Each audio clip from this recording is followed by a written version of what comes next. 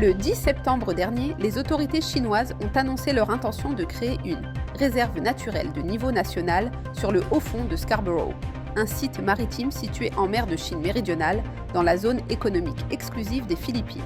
La Chine revendique la quasi-totalité de cette mer, alors que le droit international délimite clairement la majeure partie de cette zone comme relevant du territoire des Philippines, du Vietnam, de la Malaisie et d'autres pays.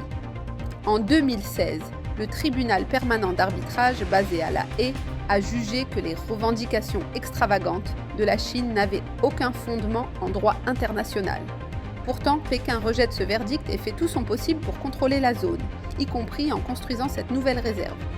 La mer de Chine méridionale abrite d'importantes ressources minérales et aquatiques.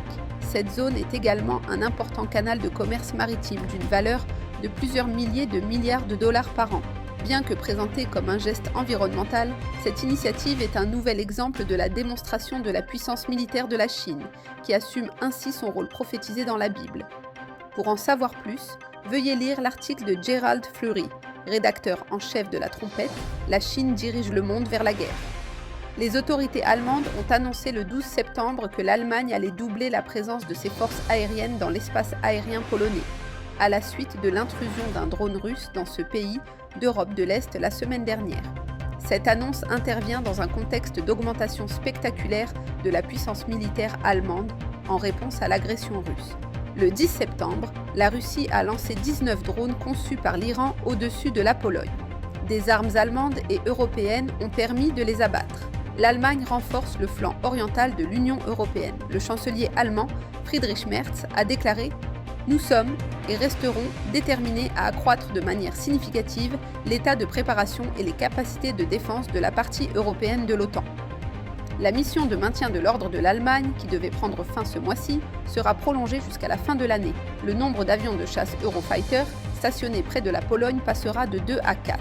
L'Allemagne effectuera également davantage de patrouilles au-dessus de la Pologne et des troupes allemandes seront stationnées en permanence en Lituanie. L'Allemagne s'efforce également de renforcer les sanctions contre la Russie. La montée en puissance militaire de l'Allemagne est une tendance que la Trompette suit depuis des décennies. La guerre de la Russie contre l'Ukraine et d'autres actes d'agression favorisent cette augmentation. Pour en savoir plus, veuillez lire « La prophétie biblique prend vie en Ukraine ». Selon un rapport du Centre régional pour les droits de l'homme, paru le 11 septembre dernier, la Russie aurait enlevé 11 000 enfants ukrainiens depuis janvier. Depuis le début de la guerre, en 2022, le gouvernement ukrainien a confirmé plus de 19 000 cas de déportation illégale d'enfants.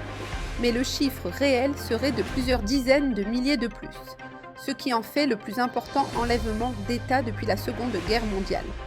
La population russe est en déclin depuis des décennies, mais Vladimir Poutine a besoin d'un grand nombre de jeunes pour satisfaire ses ambitions impérialistes. L'article 2 de la Convention de Genève définit l'enlèvement d'enfants comme un crime de guerre. Les enfants ukrainiens ont été dispersés dans 164 centres de rééducation en Russie et dans les territoires occupés par la Russie. Ces enlèvements sont en partie motivés par la volonté de Poutine de renforcer l'armée russe.